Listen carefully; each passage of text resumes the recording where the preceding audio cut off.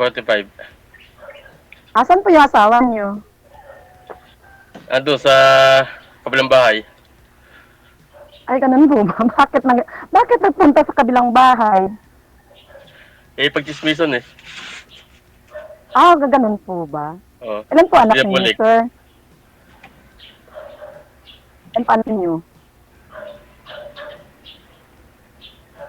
Sir, ilan anak mo? Ano ba yun? Ano po yun? Ilan po anak niyo? Tatlo po. Ayaw Ilan? Tatlo. Apat sa akin, lipit ko na lahat. Joke. Saan po kayo nagtatrabaho, sir? Wala, tambay lang. Mabuti ka pa, sir. Patambay-tambay lang. Ako wrong timing tawag sa akin eh. May trabaho ako.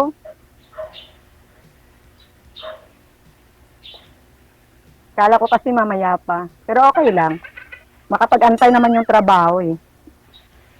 Sir, ilapag nyo na lang po kaya yung cellphone nyo. Huwag nyo pong hawakan kasi nawawala po kayo sa screen. Na, Si ma'am ganun din. Stuck. Nawawala yung signal.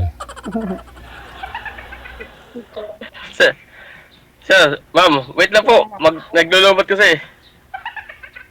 okay ba? Walang problema.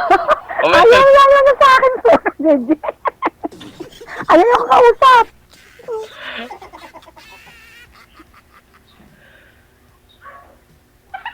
Una lang kamo?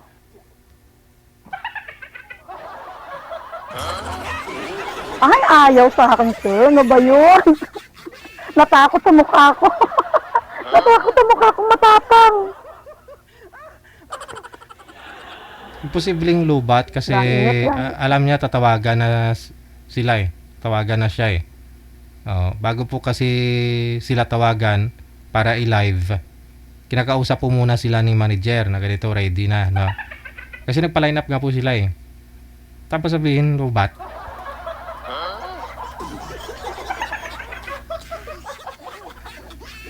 Batangas po yung manager, no? Hanapan mo na ng ibang makausap to si ma'am. DJ Jill.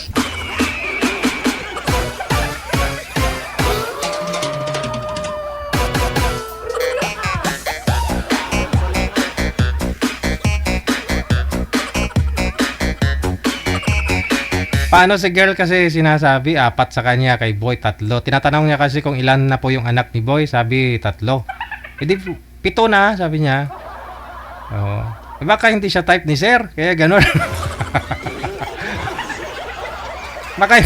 baka hindi type.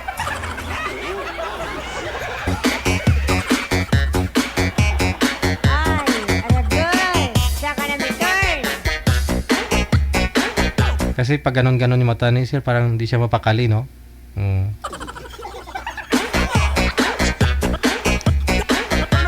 Hanapan niyo po manager ng ibang makausap to si ma'am. Ilang taon na po ba yon? Si girl? 47. Okay. Taga probinsya kang Antique, Cray no? Nagro mo.